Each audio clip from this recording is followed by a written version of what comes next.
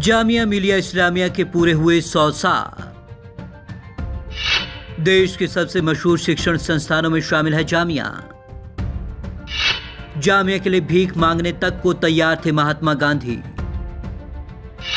2005 में serial bomb blast से दहल उठी थी दिल्ली। धनतेरस के दिन दिल्ली में हुए थे 3 बम धमाके। 60 की हुई थी मौत, 200 से ज्यादा हुए थे घायल।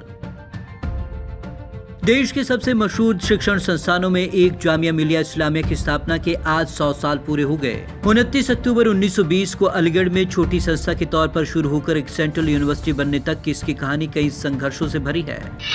गांधी जी के आह्वान पर पड़ी यूनिवर्सिटी की नींव।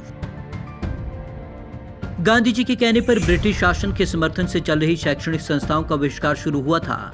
राष्ट्रवादी शिक्षकों और छात्रों के एक समूह ने अलीगढ़ मुस्लिम विश्वविद्यालय छोड़ा और जामिया मिलिया इस्लामिया की नींव पड़ी। मौलाना महमूद हसन ने रखी थी नींव। स्वतंत्रता सेनानी मौलाना महमूद हसन ने 29 अक्टूबर 1920 को अलीगढ़ के जामिया मिलिया इस्लामिया में नींव रखी। यह संस्था शुरू से ही कांग्रेस और गांधी के विचारों से प्रेरित थी।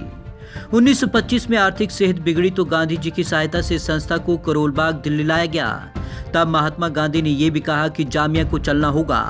पैसे की चिंता है तो मैं इसके लिए कटोरा लेकर भीख मांगने के लिए भी तैयार हूं। बापू की इस बात ने मनोबल बढ़ाया और संस्था आगे बढ़ती रही। डॉक्टर जाकिर हुसैन थे जामिया के संस्थापक सदस्य।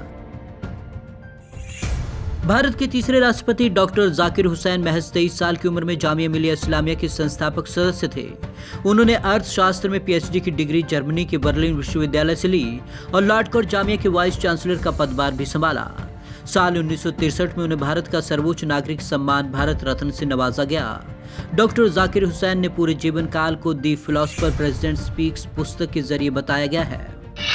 1988 में मिला सेंट्रल यूनिवर्सिटी का दर्जा। आजादी के बाद जामिया की शैक्षणिक संस्था के रूप में लगातार विकास करता रहा। 1962 में यूनिवर्सिटी ग्रांट कमीशन ने जामिया को डीम्ड यूनिवर्सिटी घोषित किया। इसके बाद धीरे धीरे ये संस्थाएं जुड़ती चली गई। दिसंबर 1988 में संसद के विशेष कानून से जामिया मिलिया इस्लामिया भारत की सेंट्रल यूनिवर्सिटी बन गई। 2005 में दिल्ली में 3 ब्लास्ट, 60 की मौत। 29 अक्टूबर 2005 को धनतेरस थी और इस दिन दिल्ली 3 बम धमाकों से दहल गई थी। सरोजनी नगर, पहाड़गंज और गोविंदपुरी के व्यस्त बाजारों में हुए इन धमाकों में 60 लोगों की मौत हुई थी और 200 से ज्यादा लोग घायल हुए थे। पहला धमाका शाम को करीब 5:30 बजे भारी भीड़ वाले इलाके पहाड़गंज में हुआ था।